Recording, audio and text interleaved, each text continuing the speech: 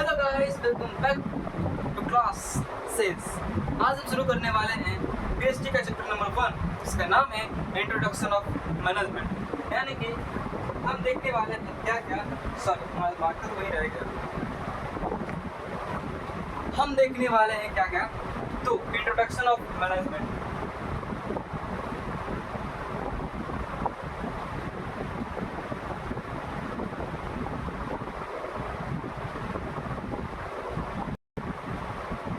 इसके बारे में समझेंगे ये है क्या, फिर इसमें कौन कौन से पॉइंट हमें पढ़ने हैं इसे देखते हैं। कौन कौन से पॉइंट हो सकते हैं? तो पहला इसका मीनिंग, डेफिनेशन,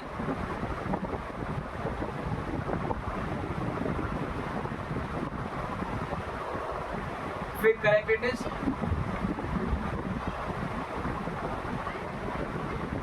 फिर इम्पोर्टेंस, फिर आ जाएगा क्या लिमिटेशन। फिर इसके बाद हम देखेंगे क्या management as science, arts and performance. फिर आता है लेवल ऑफ मैनेजमेंट,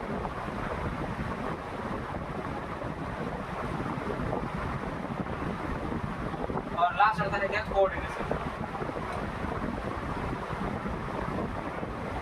हम इन सारे टॉपिक्स को विस्तार में समझेंगे और आपको ये बताने के लिए और आपको ये समझाने के लिए अच्छी तरीके से हम इसे एग्जाम्पल के साथ और एग्जाम्पल बेस्ड क्वेश्चन लेंगे और रियल लाइफ क्वेश्चन के साथ आपको रिलेट करके दिखाएंगे कि कैसे ये मैनेजमेंट हमारे लिए जरूरी है।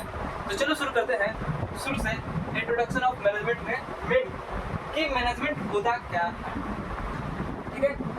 बिगाड़ते हैं पहले इसको, पहले समझते हैं what is management. Meaning of management. तो तुम्हें क्या पता होता है मैनेजमेंट के बारे में? हमें तुम इतना बता सकते हो कि मैनेजमेंट होता क्या है? तुम देखोगे जब तुम्हारी शादी, तुम्हारे रिश्तेदार की शादी पूरी होगी तो उसमें तुम्हारे जो घर वाले होते हैं वो अपने खाने बनाने के तरीके, अपने जो शादी करने के तरीके होते हैं, रीति रिवाज, ये सारी जितनी भी चीज़ें होती है वो एक मैनेजमेंट के थ्रू चलती है। मान लो पहले क्या होता है रिसेप्शन, फिर उसके बाद मंडे पे बिठाई जाती है, उसके बाद विदाई होती है और उसके बाद जाके घर जाती है। तो ये जो कोऑर्डिनेशन हुआ है, यानी कि इसके बाद ये, इसके बाद ये, इसके बाद ये, अगर बीच में हम इसको अगर ये नहीं किया और ये कर दिया और ये कर दिया, तो अगर ये नहीं किया, ये छोड़ दिया और ये कर दिया, तो हमारा ये रिलेशन टूट जाएगा रिलेशन। तो इसमें जब हम इसको एक साथ लेकर चलते हैं तो मैनेजमेंट कहलाता है। तो हम इसको बोल सकते हैं कि management is a process of planning, organising, directing, controlling and staffing. हम इसके बारे में पाएंगे कि प्लानिंग क्या होता है, ऑर्गेनाइजिंग क्या होता है, स्टाफिंग क्या होता है, कंट्रोलिंग क्या होता है और डायरेक्टिंग क्या होता है। इन 5 चैप्टर्स को हमें पढ़ने हैं। अभी तो हम तुम्हें थोड़ी डिटेल में पढ़ाएंगे, बट जब ये चैप्टर्स आएंगे उसको पूरा डिटेल में कर देंगे। तो याद रखिएगा, प्लानिंग, ऑर्गेनाइजिंग, स्टाफिंग, डायरेक्टिंग और कंट्रोलिंग ये हमारे मिलकर मैनेजमेंट को बनाते हैं। तो इंट्रोडक्शन में हम बोल सकते हैं कि management is a process of planning, organising, directing, controlling and staffing. तुम्हें समझ में आया इसका मीनिंग क्या होता है? यानी कि मैनेजमेंट जो हम करते हैं उसके बारे में। मैनेजमेंट की कैरेक्टरिस्टिक्स क्या है? मैनेजमेंट को हम पहचानेंगे कैसे? ये भी तो होता है कि बहुत सारे मैनेजमेंट होते हैं, तो हम उसको मैनेजमेंट को पहचानेंगे कैसे कि वो है कौन सा मैनेजमेंट, वो कौन सा मैनेजमेंट है जिसे हम नहीं जानते हैं। तो देखो इसका कैरेक्टरिस्टिक्स क्या होता है, फीचर दिखते हैं। फीचर्स लिखते हैं, क्या हो जाएगा? पहला continuous process, goal oriented process.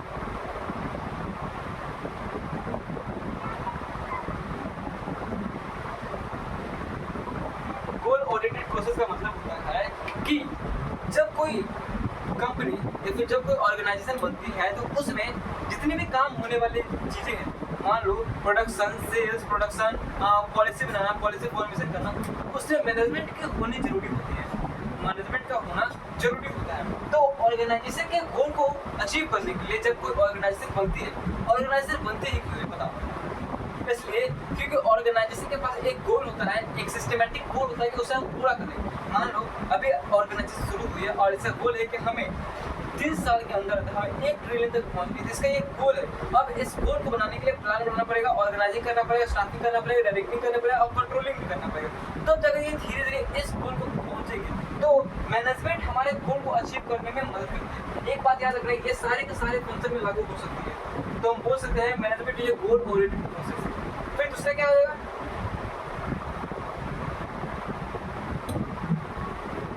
Management is continuous process. Management हमेशा चलने वाली काम है। क्या तुमने कभी ऐसा सोचा है कि हमने आज पढ़ना छोड़ दिया, अब जो 12th के बाद होने वाले काम होंगे उसे हम कैसे करेंगे?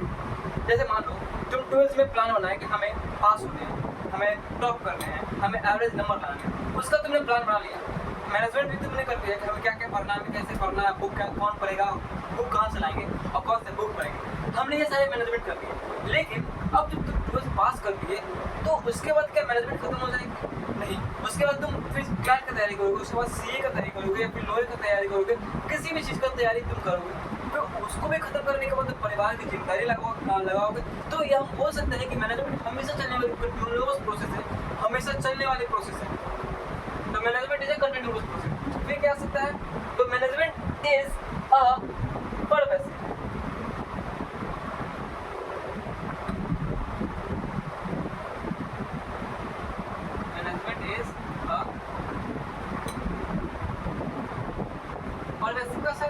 परवेसिव का मतलब क्या होता है?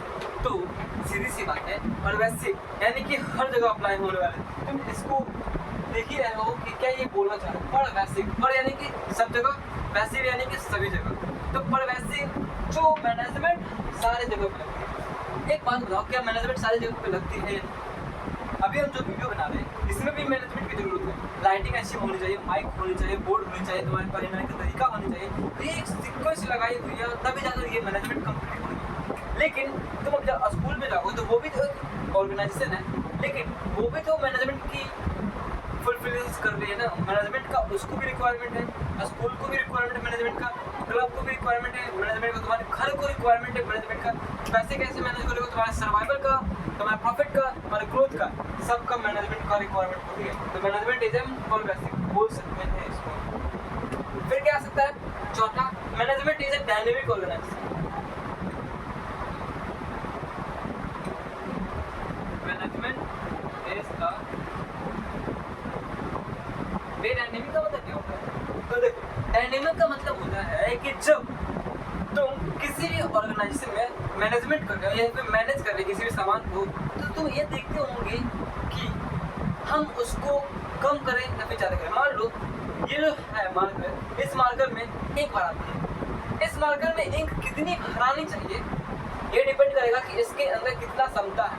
तो हम ये बोल सकते हैं कि जब ऑर्गेनाइजेशन हम बनाते हैं तो ऑर्गेनाइजेशन में हम क्षमता चेक करते हैं कि मैनेजमेंट की कितनी रिक्वायरमेंट है। जितनी रिक्वायरमेंट मैनेजमेंट की होगी उतना ही हमारा मैनेजमेंट उसमें काम करेगा। यानी कि स्टैटिक्स यानी कि वो एक साथ नहीं होती है, वो हमारे मैनेजमेंट के, हमारे समय समय पर चेंज होने वाले सिचुएशन के बेस पे होती है। जैसे मान लो इसमें 100 ml की 10 ml की इंक भराने की क्षमता है, अगर इससे मैं 15 ml की भरे तो ये बाहर निकल जाएगा और पानी फेंकने लगेगा। इसको हम बोल सकते हैं कि मैनेजमेंट डायनेमिक ऑर्गेनाइजेशन। देखो, डायनेमिक का मतलब होता है कि अपने टाइम के हिसाब से, अपने सिचुएशन के हिसाब से, आने वाले फ्यूचर के हिसाब से अपने आप को चेंज कर लेना मैनेजमेंट करना। फिर क्या होता है, मैनेजमेंट इज मल्टी डायमेंशन।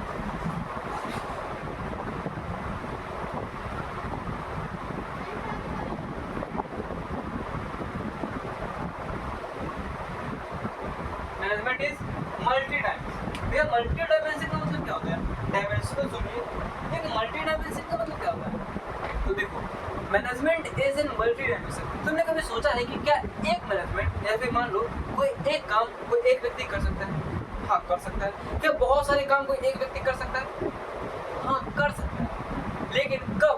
जब तुम उसे ऑर्डरली फॉर्म में, जब तुम उसे सीक्वेंस के रूप में करोगे तब। और मैनेजमेंट वही करता है। एक मैनेजर पूरे का पूरे ग्रुप को संभालता है, एक मैनेजर पूरे का पूरे फाइनेंशियल स्टेटमेंट को संभालता है, एक मैनेजर पूरे के पूरे प्रोडक्शन ग्रुप्स को संभालता है। मान लो जो ऑर्गेनाइजेशन उसमें डिपार्टमेंट बटे हुए रहते हैं, HR department, finance department, marketing department, HR department. ये जो डिपार्टमेंट बटे हुए हैं इसके अंदर बहुत सारे लोग काम करते हैं डिपार्टमेंट के अंदर। तो उस डिपार्टमेंट के जो हेड मैनेजर होंगे वो मैनेजर इसको पूरा कंट्रोल करती है, और इसी को हम बोल सकते हैं कि management is multi dimensional. Management एक ही वक्त में बहुत सारे काम को कंट्रोल करती है। ठीक है, 2 2 4 1 5 बोल दिया, बात बहुत है तुम्हारे लिए इतना, या फिर तुम और दोहराना चाहो तो मैनेजमेंट इज फ्लेक्सिबल हो सकता है, मैनेजमेंट इज फ्लेक्सिबल हो चुका है।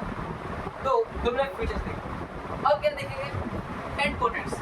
मैनेजमेंट इम्पोर्टेंट, ठीक, यानी कि मैनेजमेंट हमारे लिए जरूरी है। देखो हम तुम्हें बताना चाहते हैं इसमें दिखा हुआ सारी चीज़ें कॉन्सेप्ट में डेप्थ में बताएंगे, तो हम इसमें बताना चाहेंगे कि इसमें कैसे दिखे। कैरेक्टरिस्टिक्स हो गया, ऑब्जेक्टिव बताया गया है, इंपॉर्टेंस इसमें हाँ बताया गया है, ऑब्जेक्टिव बताया गया और इंपॉर्टेंस बताया गया। तो हम पहले ऑब्जेक्टिव पढ़ा लेते हैं, फिर उसके बाद इंपॉर्टेंस कराते हैं। ऑब्जेक्टिव क्या है, मैनेजमेंट को बनाने के पीछे क्या ऑब्जेक्टिव है।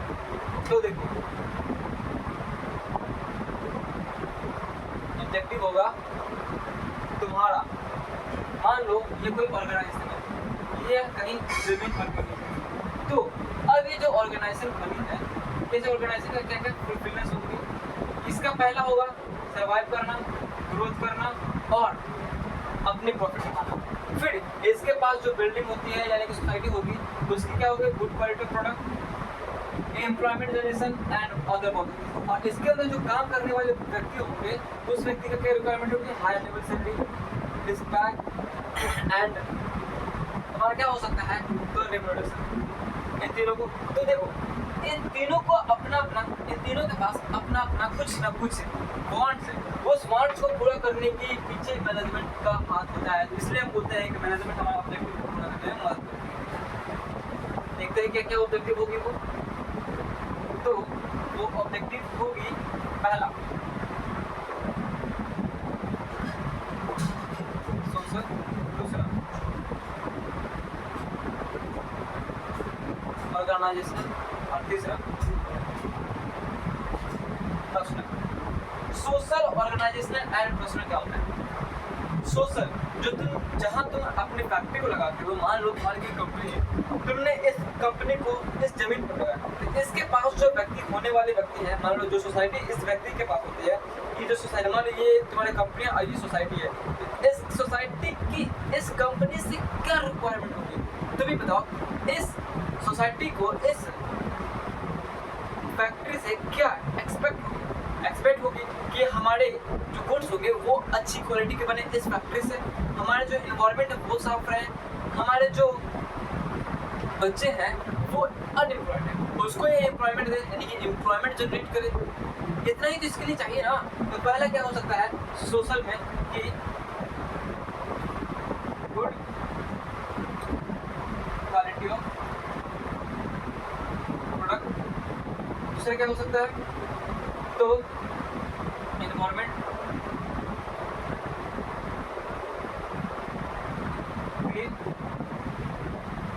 तीसरा क्या हो सकता है बताओ, तीसरा एम्प्लॉयमेंट जनरेशन,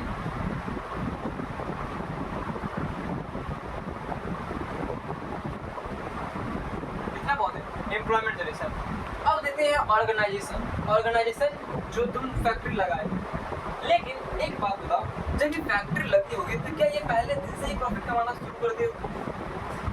ऐसा नहीं है। जब कोई कंपनी किसी भी जगह एस्टैब्लिश होती है तो उसको ग्रो करने में बहुत ज़्यादा टाइम लगता है, तो उसी को हम बोलेंगे ऑर्गेनाइजेशन की क्या ऑब्जेक्टिव होती है।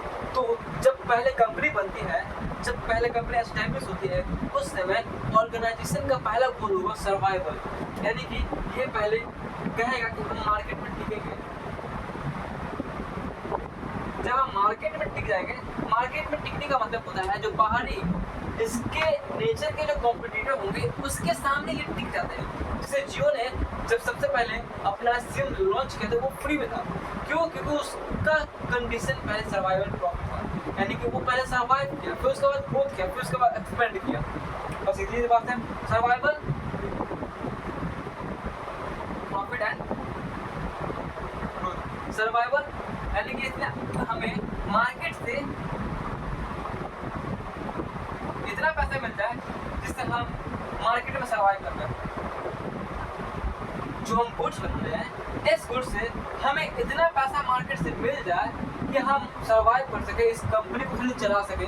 बस इतना तो याद रखो कि इस कंपनी को हम सिर्फ चला सके। फिर दूसरा क्या आता है? प्रॉफिट। अब बताओ, जब ये सर्वाइव कर चुका है तो अब ये सोचेगा ना कि अब हम कर चुके हैं तो अब हमारे लिए ऑर्गेनाइजेशन का सर्वाइवल आम है। अब हमें क्या करना है? प्रॉफिट।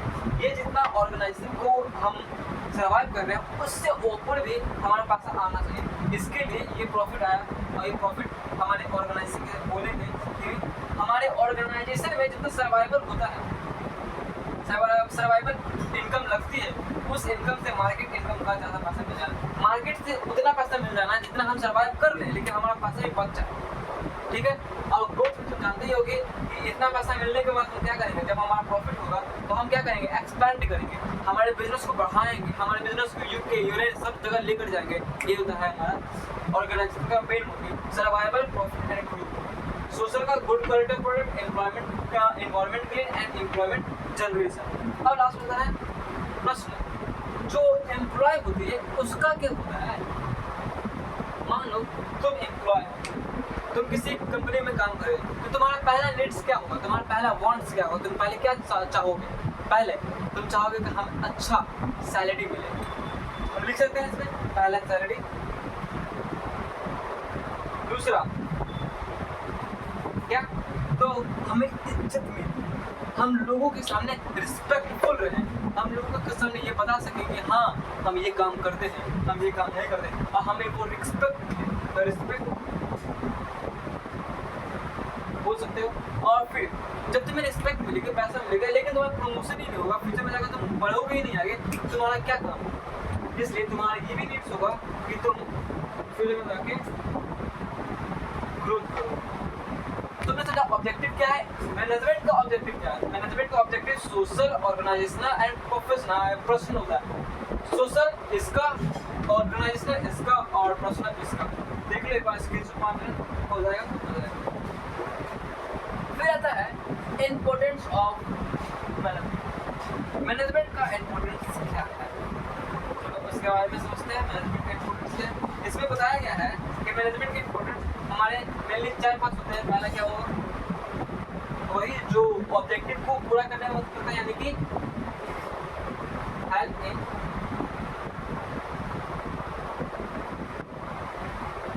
ऑर्गेनाइजेशन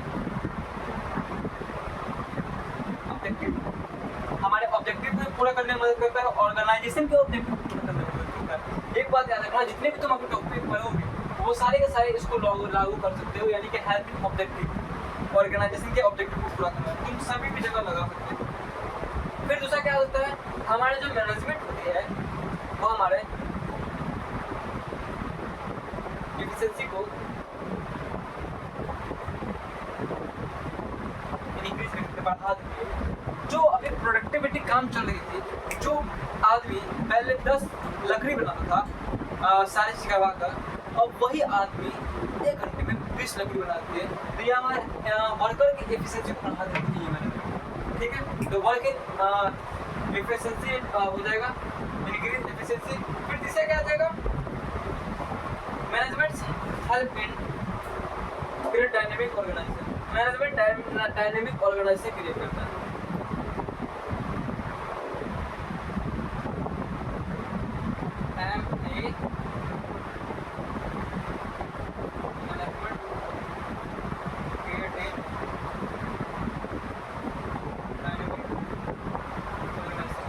यानी कि इसका मतलब होता है कि मैनेजमेंट क्रिएट करता है डायनेमिक। डायनेमिक का तुमने मतलब समझा था कि जो समय के साथ, टाइम के साथ, अपने सिचुएशन के साथ में वो अपने आप को ब्लेंड कर रहे हैं, यानी कि अडेप्ट कर रहे हैं। उसी को ये कहते हैं कि वो क्रिएट करता है डायनेमिक ऑर्गेनाइजेशन। क्रिएट करने का मतलब वो अपने आप को बनाता है उस सिचुएशन के लिए जो सिचुएशन अभी चल रही है, अडेप्ट कर लेती है जल्दी से।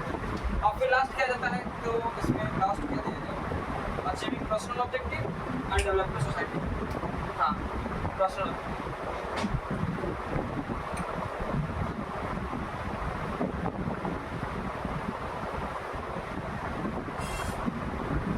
Personal objective, achieving personal objective. जो हमारे बड़े बड़े लोग होते हैं, मान लो जो तुम्हारे एम्प्लॉय होते हैं, उस एम्प्लॉय का भी कुछ ना कुछ तो ऑब्जेक्टिव होगा ना, उसको भी ये अचीव करने में मदद करती है, यानी कि हमारे पर्सनल ऑब्जेक्टिव को अचीव करने में मदद करती है। अब फिर लास्ट आएगा डेवलपमेंट सोसाइटी। सोसाइटी को ये डेवलप करता है। सोसाइटी को अगर ये डेवलप करेगा तो इसका ऑर्गेनाइजेशन भी डेवलप होगा। हमने देखा इंट्रोडक्शन ऑफ मैनेजमेंट। अब देखते हैं management is an science, arts and performance profession.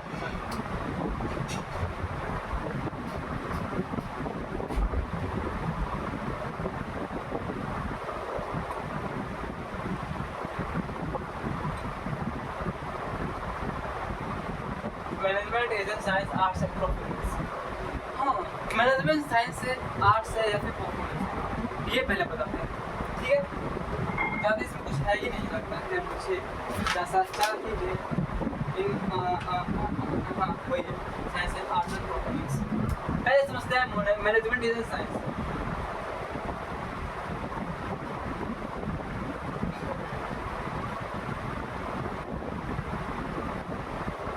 इसको समझने से पहले तो ये समझना पड़ेगा कि साइंस होता क्या है।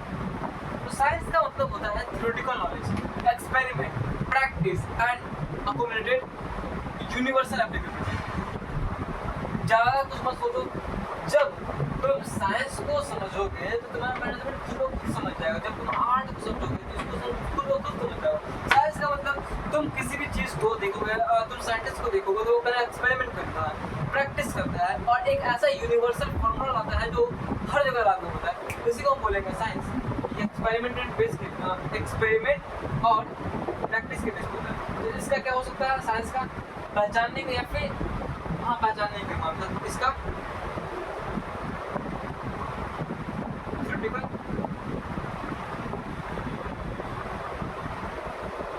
नॉलेज होनी चाहिए। साइंस की थ्योरेटिकल नॉलेज होनी चाहिए। दूसरा, एक प्रैक्टिस और एक्सपीरियंस होनी चाहिए।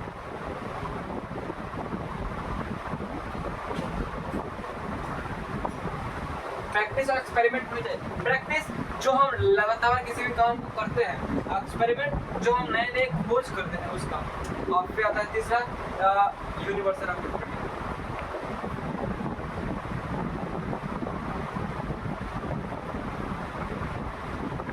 समझ रहे हैं यूनिवर्सल एप्लीकेबिलिटी का मतलब कि वो हर जगह अप्लाई हो जाए, यूनिवर्स में कहीं भी हो जाए वो अप्लाई होगा ही होगा। तो इसको पहचानने का, साइंस को पहचानने का तीन method, theoretical knowledge, practice, experiment, universal applicability. अब देखते हैं आर्ट्स को पहचानने के क्या बोलते हैं। आर्ट्स को पहचानने के लिए, आर्ट्स क्या है? क्रिएटिविटी का, तुम्हारे नॉलेज का, तुम्हारे एक्सपीरियंस का। तो सिस्टमैटिक बॉडी ऑफ नॉलेज या फिर हाँ वही तुम्हारा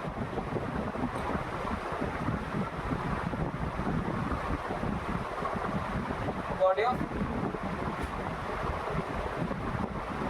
knowledge, systematic body of knowledge, यानी कि ये जो थ्योरेटिकल है बट इसकी नॉलेज होनी चाहिए कि हम क्या काम कर रहे हैं, उस काम में हम इतना कैपेबल हो, उस काम में हम इतना कैपेबल हो कि वो काम कोई भी हमसे पूछे तो हम उसको लगातार आंसर 2 घंटे तक दे सकते हैं। ऐसा पहला है। दूसरा क्रिएटिविटी,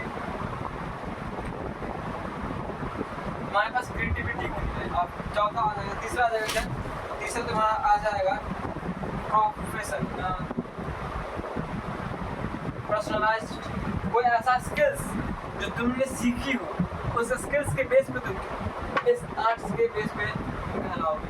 तो systematic body of knowledge, creativity होनी चाहिए और प्रोफेशनल होनी चाहिए। इसमें थ्योरेटिकल नॉलेज होनी चाहिए, प्रैक्टिस एंड एक्सपेरिमेंट होनी चाहिए और यूनिवर्सल एप्लीकेबिलिटी होनी चाहिए। एक एंड लास्ट प्रोफेशन। प्रोफेशन का मतलब क्या होता है? तो प्रोफेसर का ऐसा मतलब समझो, जब तुम किसी भी बड़े बड़े एंट्रेंस एग्जाम को क्रैक करते हो तो तुम्हें एक सर्टिफिकेट मिलती है। तो वो सर्टिफिकेट तुम्हारे को ये बताता है कि तुम इस स्किल्स में सबसे बेस्ट हो, ये तुम्हारा प्रोफेसर कहलाता है। तो इसमें तुम्हारा क्या कहलाएगा, तुम इसको देख सकते हो। तो पहला well defined body of well defined body of knowledge होनी चाहिए, एकदम पूरा विस्तार में होनी चाहिए। फिर दूसरा क्या हो जाएगा, एथिकल कोडिंग होनी चाहिए। तीसरा क्या हो जाएगा, तुम्हारा एथिकल कोडिंग के बाद तुम्हारा आएगा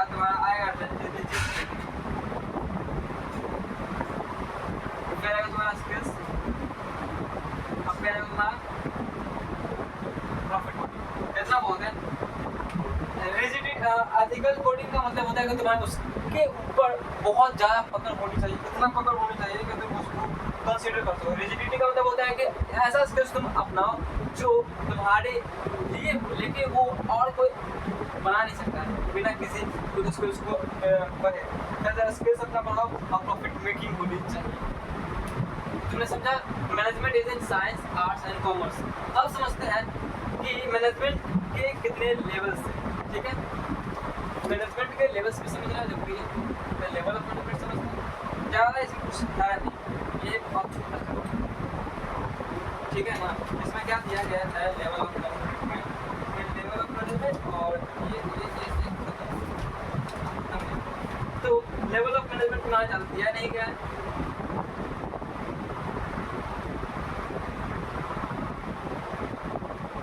समझता है लेवल ऑफ मैनेजमेंट।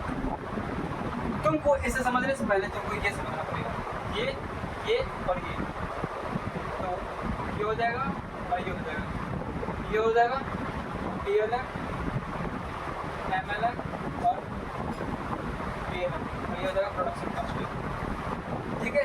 तुम ये फैट देख रहे हो, मान लो ये जो फैट है तुमने बर्थडे केक बनाया, ठीक है। अब देखो इसमें ये ऑर्गेनाइजेशन, इसमें ऑर्गेनाइजेशन, इसमें 3 कैटेगरी बनती है, पहला दूसरा तीसरा। पहला जो बड़े बड़े लोग होते हैं, CEO, director, CFO, CA and etcetera, तो CEO लेते हैं, बड़े बड़े लोग। फिर दूसरा कैटेगरी क्या आता है, दूसरा कैटेगरी जो हम मैनेजर के रूप में मानते हैं, तो मैनेजर होता है ना। और इसमें डिपार्टमेंट बटी हुई रहती है, याद रखना। फाइनेंस डिपार्टमेंट, सबका अलग अलग डिपार्टमेंट होता है, production, finance, HR, human resource, सबका अलग अलग। और इसमें लोग मैनेजर, और इसके नीचे एक और होता है जो वर्किंग होता है, यानी कि यहाँ पर काम होता है। तो इसमें तुमने देखा हायरार्की बनी हुई है। ऊपर में CEO काम कर रहा है, जो पॉलिसी फॉर्मेसी बनाती है, मैनेजर अपने डिसीजन लेती है, और ये जो लोअर लेवल मैनेजमेंट ये भी डिसीजन लेती है, ये भी मैनेजमेंट करती है, लेकिन वो लोअर लेवल के लिए, और ये तो हमेशा ये करती है। तो हम इसके ऊपर क्या कैटेगराइज कर सकते हैं, तो TLM यानी कि ये टॉप पे है, टॉप लेवल मैनेजमेंट, ये मिडिल में, बीच में है मिडिल लेवल मैनेजमेंट, और ये सबसे नीचे है बिलो लेवल मैनेजमेंट, और ये है तो कंस्ट्रक्शन कार्ड कर सकते हैं। ज़्यादा कुछ याद रखने वाली बात नहीं है। इसमें आ जाएगा क्या, CEO, डायरेक्टर, CFO, CMA, इतना तो याद रखना। फिर मिडिल लेवल पे क्या देगा, HRM, finance manager, production manager, marketing manager, और बिलो लेवल में आ जाएगा छोटे मोटे मैनेजर जो आते हैं। तो टॉप लेवल मैनेजमेंट में जो बड़े बड़े लोग आते हैं वो, मिडिल लेवल मैनेजमेंट में जो छोटे छोटे लोग आते हैं, जो डिपार्टमेंट में बटे हुए रहते हैं वो, और उस डिपार्टमेंट के जो वो मैनेजर टॉप लेवल मैनेजमेंट होते हैं, उस मैनेजर के नीचे जो काम करते हैं। डिपार्टमेंट में बटने के बाद मान लो ये हमारे पास कोई डिपार्टमेंट है, हमारा प्रोडक्शन डिपार्टमेंट, इसमें टॉप लेवल पर मैनेजर बैठेगा, और इसके नीचे जो मैनेजर काम करेगा वो होगा मेरा बिलो लेवल मैनेजर, ठीक है। इधर तुम्हें पता होगा। चलो अब देखते हैं कि इतना तो खत्म हो गया ना टॉप लेवल मैनेजमेंट किसे कहते हैं। अब है क्या क्या क्या, देखो फंक्शन ऑफ मैनेजमेंट का फंक्शन क्या है, हमने शुरू में देखा था ना। Management is a function of planning, organising, directing, controlling and staffing. Planning, organising, staffing, directing, controlling, तुम इसको याद कर सकते हो कोड से POS पोस्ट। फिर से प्लानिंग, जब कोई कंपनी बनती है तो उसका पहला प्लान होता है कि हम अपने गोल को अचीव करें। दूसरा, उस गोल को अचीव करने के लिए हम अपने सिस्टमेटिक मैनेजमेंट करते हैं कि कौन व्यक्ति कौन काम करेगा। स्टाफिंग, यानी कि जो व्यक्ति काम करेगा उसको हम लाएंगे कि वो व्यक्ति सच में स्पेशल है उस काम के लिए, तो उसको हम हायर करेंगे।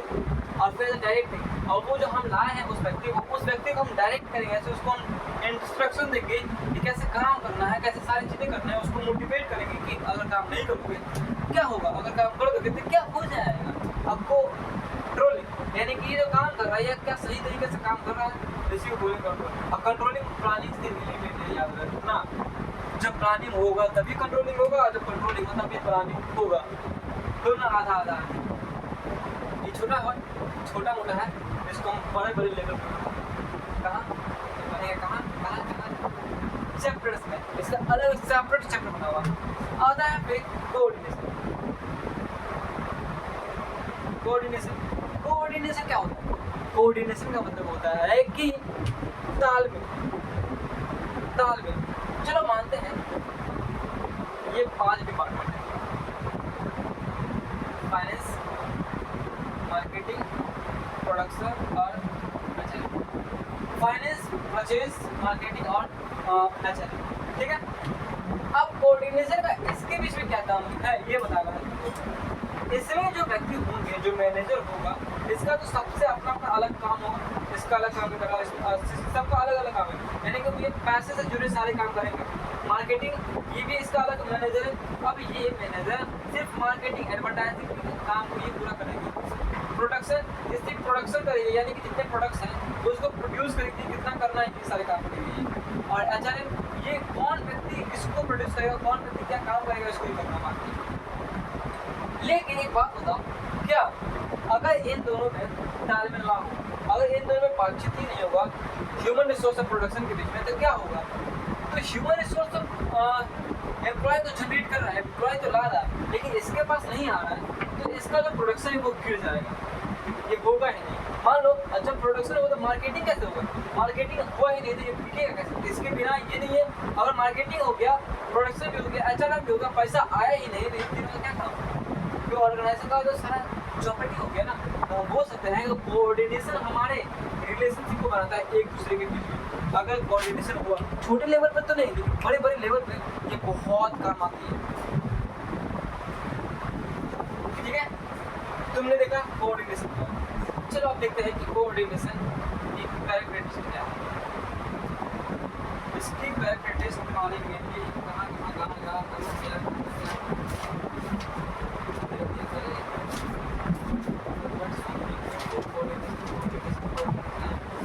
नेचर ऑफ कोऑर्डिनेशन का नेचर, यानी कि फीचर्स क्या है। तो कोऑर्डिनेशन इंटीग्रेट ग्रुप एफर्ट,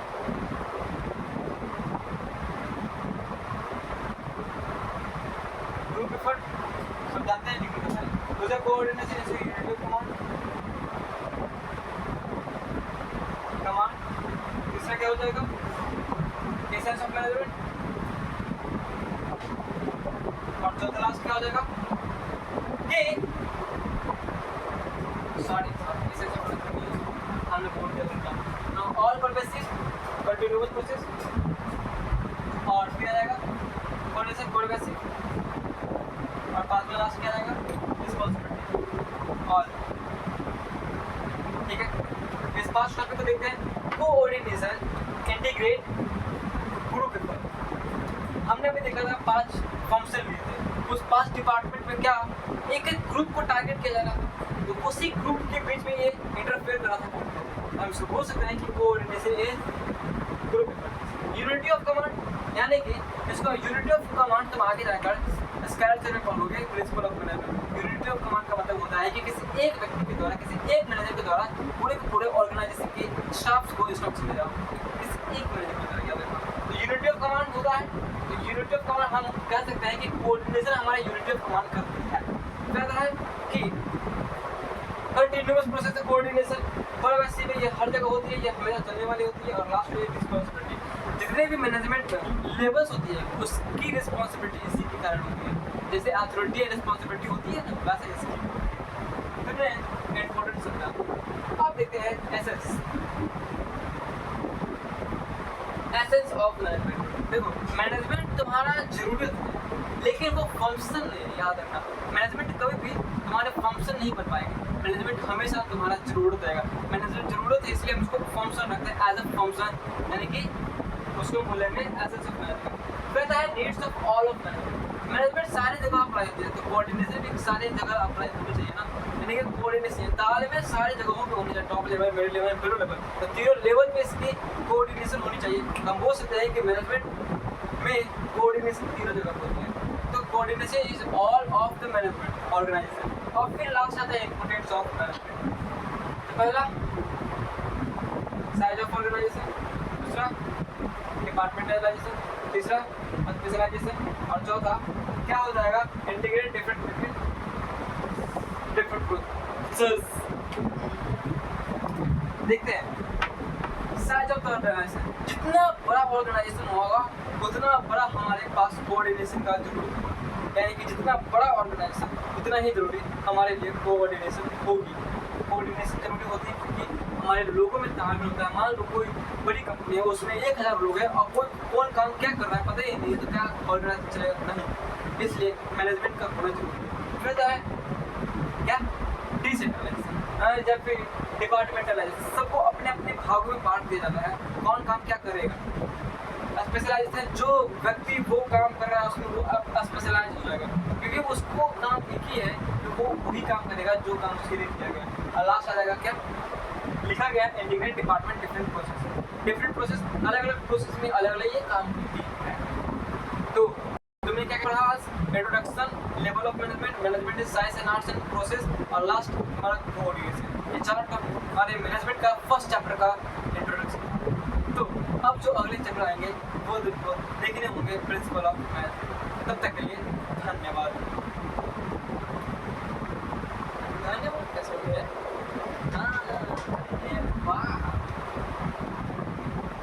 धन्यवाद।